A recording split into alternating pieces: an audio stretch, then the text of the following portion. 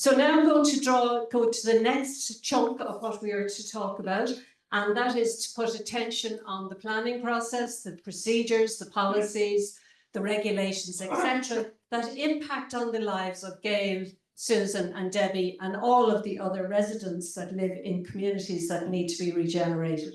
I want to introduce Manus Bree, who's here and is going to do the first part, and I'm also taking the opportunity of welcoming Liani Farah, who has joined us online and who will be speaking to us in a few moments and has joined us from early morning in Canada. And thank you, Liani, for being here. Manus is the project coordinator with Dolphin House and Dolphin Park Joint Regeneration Board, and he's been there for the last 9 years. His role is to support the Regeneration Board to deliver on the physical, the social and the economic regeneration of the community. He has been a steering group member of the Dublin 8 and Dublin 12 Regeneration Community of Practice that are organising today since it was established in 23. And Manus is going to draw on the experience of 4 communities to show how delays, timelines changing, and a whole load of other things that he'll talk about impacts on regeneration. So as Una mentioned earlier on, this is part of a process in relation to community actors, stakeholders in the Dublin 8 area and Dublin 12 as well. We came together in relation to the shared learning initiative. And as part of the dialogue sessions, we kind of looked at what were the issues, what were the shared issues in regeneration projects, and in particular, what would ideal regeneration look like? And one of those things, when we mapped out the timelines, was that regeneration timelines should be shorter. Projects should take a shorter period of time. This is an image of the 4 regeneration projects in Dolphin House, Oliver Bond, St. Michael's Estate, and St. Teresa's Gardens, when they were fully occupied by living, vibrant communities, which are no longer there to some extent, particularly in 2 of them, and Dolphin House, which has gone through significant change and a huge loss of community, and Oliver Bond is beginning that journey. So we looked at all the timelines. We can share it after this. There's a lengthy amount of information because some of these projects have gone back as far as 2001 in Michael's in particular. So on the basis of that analysis and our conversations with people who worked in these areas, community workers, we come to the conclusion that the statutory processes are too lengthy. So there's numerous administration process stages in relation to approval by the department, public spending code, planning regulations, procurement regulations, and also there's issues and times in relation to infrastructure-based infrastructures in there, particularly now because connections to ASB, Irish Water, everything cause problems, as well as the macro economy. So the collapse of the PPPs because they had a entire collapse. So those internal factors meant that projects weren't viable. And then we've also had changes in terms of planning, apartments, standards, etc. That impact on plans. The three big estates, because of the scale of them and because they are now at a demolition, have been demolished and fully rebuilt. The scale of them, the size, they require a planning application to work on our Part 10, which is lengthy, and also they require environmental impact assessment.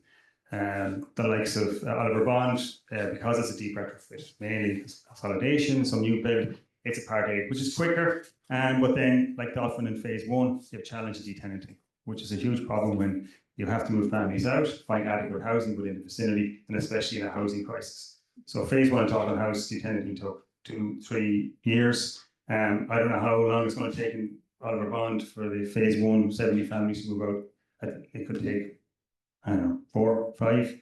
And as Susan has mentioned, she's living in a block, nobody around her. Those blocks commenced de-tenanting 5 years ago. So 5 residents left. So just to give a snapshot, this is I'm sorry I don't have much detail on it, but this is the timeline that we were given following our meeting with the Minister for Housing a year and a half ago. And it outlines the various steps and stages in this Gantt chart of how long it would take for delivery of houses in Dolphin House. It's Byzantine, and clearly needs to be addressed. And I understand this need for public value for public money, but this is, you know, it is extremely lengthy. And we are already a year and a half after that was presented to the community, and we're already a year behind in the project, which is due to be delivered in 2023, 2024. So when you look at the history of these timelines, I know there's some people here that have been involved in their community since the beginning. So Teresa's Gardens, when regeneration was first on the table, it was 20 years for it to be completed, based on the current timelines, the next 3 or 4 years. St. Michael's Estate, a long road there, along Battlefire residents and community actors there in terms of the 10-acre site. By the time the time Emmett Road is completed, it'll be 29 years. Oliver Pond, phase 1, 9 years. We don't know where 3, 4, or 5 phases when they take. And Dolphin House, the time they first suggested it would be PPP, and the current timeline, it'll be 27 years at least, and growing. So it's not only timelines take so long. It's the impact on communities. It's the loss of public social housing. So, for example, Teresa's Gardens, 54 units were built here 3 years ago, and 346 were there originally, so it's 84% reduction. So detenanting happened in Dolphin House, Michael's Estate, Teresa's Gardens. People were scattered to the 4 winds. To be honest, never to return, because then at the time people were out of their homes, they'd settled in new locations. And what was left was empty blocks, demolition, vacant sites. And not only that, it meant that there was a loss of public housing stock in the vicinity because people had to move out into existing housing stock, and then the area of the land were left vacant. So we estimate probably 600 units over the 4 or the 3 estates that were public housing has been lost to the city because of delays in timelines. And it's not only that, it's because top of that, the new plans for most of these states envisage higher density, so they're doubling the public and social housing, because in many cases it's cost rental. It's going to be built. So between the 3 estates in Oliver Bond is slightly different, because it doesn't look like at this stage it'll be additional housing. They're just going to retrofit and improve the conditions. But in relation to which is now Denor, Michael Estates, which is now Emmett Road, LDA development, and Dolphin House, there's probably 1,600 units that are planned to be built, but haven't been built yet. A significant amount considering the housing waiting list in the area, probably 2,500 when you include parts of Inchicore and out the Bluebell. So, you know, it's amazing what we'll be doing if these were built and building sustainable new communities meet the needs of the city. So just to know, there's been a lengthy and long road for these communities. Numerous plans have been on the table, numerous consultation processes, numerous stages where plans were meant to be initiated and collapsed or were changed. So Teresa's Gardens again is a PPP project. PCC looked in 2012 at a new plan, didn't happen. Eventually 54 units were built in Marcus Road, and now the LDA plan, launched 3 years ago, it should be completed in the next 4 to 5 years. Michael's Estate, 2001, it's amazing how long that community has suffered and no longer exists. After the collapse, they looked at another plan, DCC, and eventually then in 2018, in the land initiative, they decided to proceed. That is only going to come on site this year.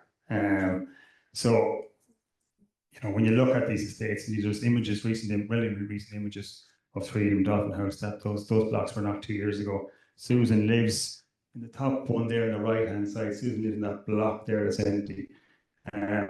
Bottom left, Teresa's Gardens, and then this is the 10-acre site in Inchicore, sitting there for 2 decades, and or it didn't happen. Then Oliver Pond, vibrant community at the moment, but how will they sustain regeneration given the track record in other areas? And Dolphin House, we had our own plan, our proposal in 2006, 2007, never got to a stage, but it was made unviable anyway. 2013, great hope and energy following a human rights campaign by residents supporting Can, Cork, and others. Eventually, a master plan was agreed, the CMAC master plan. A number of units have been built so far, but in 2021, a new master plan was put to the community and approved, although there was issues with it. And it's based on a demolition of the rest of the site and brand new build, and hopefully deliver 750 units.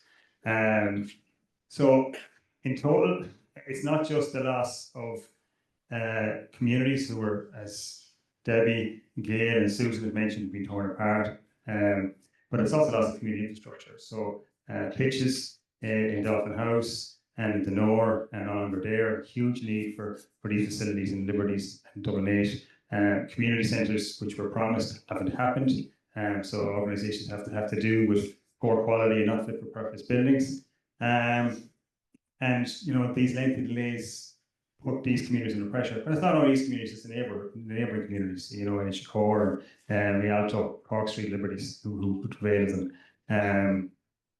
Oliver Bond, okay, the challenges there in relation to the space, because of the tight space, and will the department fund the community facility? It looks like it will, but in Dolphin's case, the indication is that the possibility that we may have this local authority, the councils may have to sell a portion of land to fund community facilities because the funding isn't there, capital funding isn't there for the department. So that's my piece in a nutshell. I hope for many of you would have known the story, but for those who were new to it, get a sense of the timelines and the challenges. And just to note, like, you know, the recent report by the Taoiseach's office in relation to the challenges in Dublin City highlighted the need for the social regeneration projects in the city to be speeded up and to be addressed within 3 to 5 years. And they noted in that document, the Taoiseach's department, the glacial pace of regeneration projects, and you can see it here. Clearly needs to be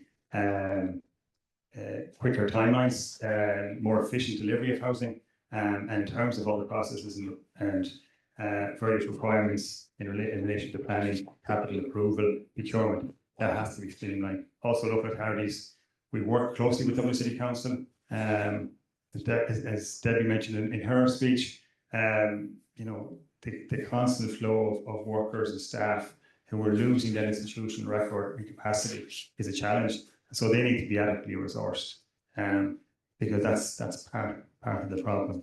If we want other communities, you know, we contribute from Pearse House. If the likes of Pearse House, the likes of Oliver Bond are going to go through this, to ensure that these timelines and timelines are not repeated, and communities are not torn to the winds, and vibrant, sustainable communities are lost.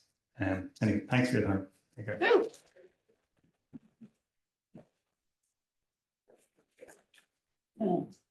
Yep. Well done, Manus. I just want to acknowledge the amount of work that Manus has put into compiling those figures. Not only has he brought together the facts and figures across 4 communities, but he might as well be talking about communities in other parts of the country as well, because we know for a fact that Limerick is very much similar story of a history of promises, of announcements. I don't know how many announcements we would have been lived through in the last few years about what's going to happen in communities, and of the disappointments and the frustrations. But compiling it in historical manner, as you have done, Manus, has been extremely helpful. And it also, I suppose, points to the importance of getting out of the silos of each community. Each community lives this in their own isolated way. And we really have to bring this to a bigger stage and look at the planning process and all of the things that make this happen time and time again.